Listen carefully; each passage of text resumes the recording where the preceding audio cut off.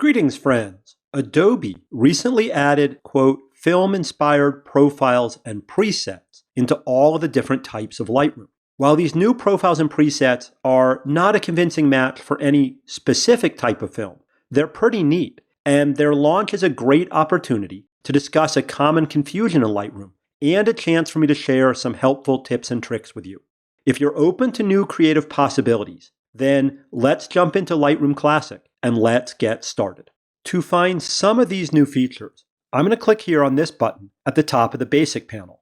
This often overlooked icon opens up the Profile Browser panel. In case you've forgotten, a profile sets the baseline levels of color, saturation, and contrast in our digital images. If you pick a high-impact starting point, like Adobe Vivid, then you're asking Lightroom to bump up the saturation and the contrast throughout this image. The profiles that we are looking at right now are unique because they only work with RAW files. But if you scroll down, then you'll find the new film-inspired section, which includes profiles that we can apply to any type of photograph. Each of these filmesque profiles adds or subtracts color saturation, and they also use lookup tables to introduce noticeable color shifts. When you find a profile that you like, I'll pick number 12 for this demo, then you can increase or decrease its strength using the amount slider at the top of the profile browser. If you're expecting these profiles to match the look of a specific film, then you're going to be disappointed.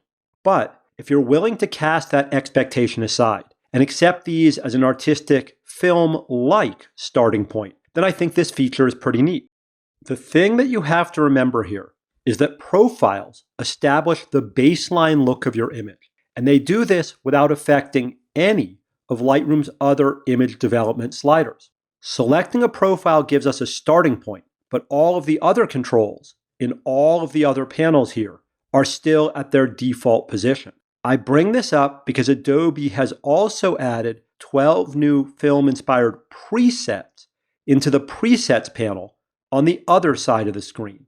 If I tap on the Soft Ember profile, for example, then you can see that this preset forces a whole bunch of other changes using the Develop sliders. Watch how the perimeter of my image changes when I temporarily enable or disable the Effects panel. Unlike profiles, presets are a stored recipe. Applying a preset tells Lightroom to move the Develop sliders to a set position for us. If I want more control, I can either amplify or reduce the preset's effect using this amount slider, or I can adjust any of the sliders on the other side of the screen one at a time for more precise control. Let me split my screen so you can see a before and after. On the left is my original RAW file, and on the right is my image using the Soft Ember preset and a little fine-tuning. It might not be perfect, but for the effort cost, one mouse click and moving one slider, I'm very pleased with the film-ish way that this image now looks. I think that's pretty nice.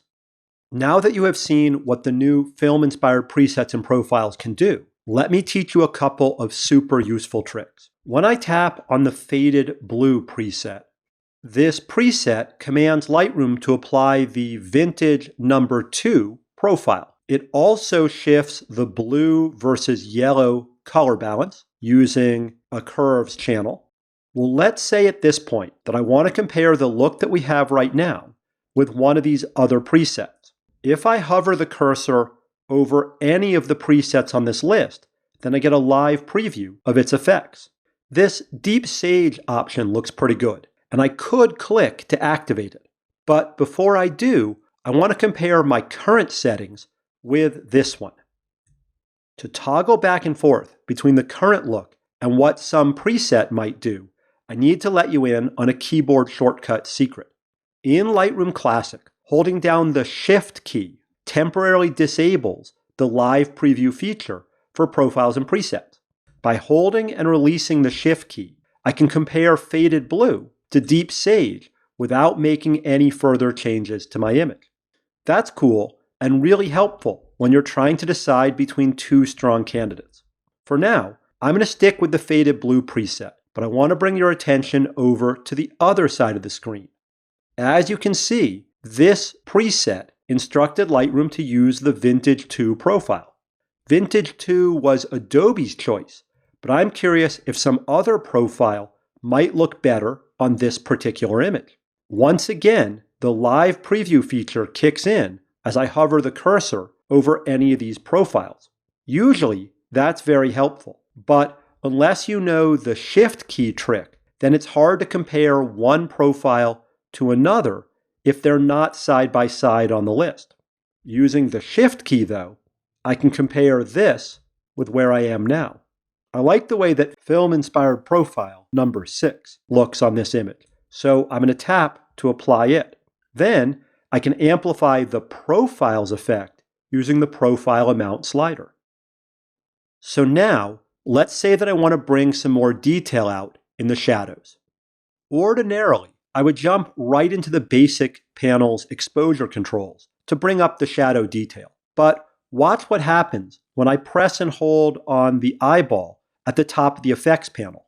As you can see, this post-crop vignetting is making the corners of this image darker. So if I want to adjust the shadows throughout this image without this darkening effect, then I either need to reset the vignetting, or I can hold down the Alt key on a PC. That's the Alt Option key on a Mac, so that the eyeball on the left side of this panel turns into a little toggle switch.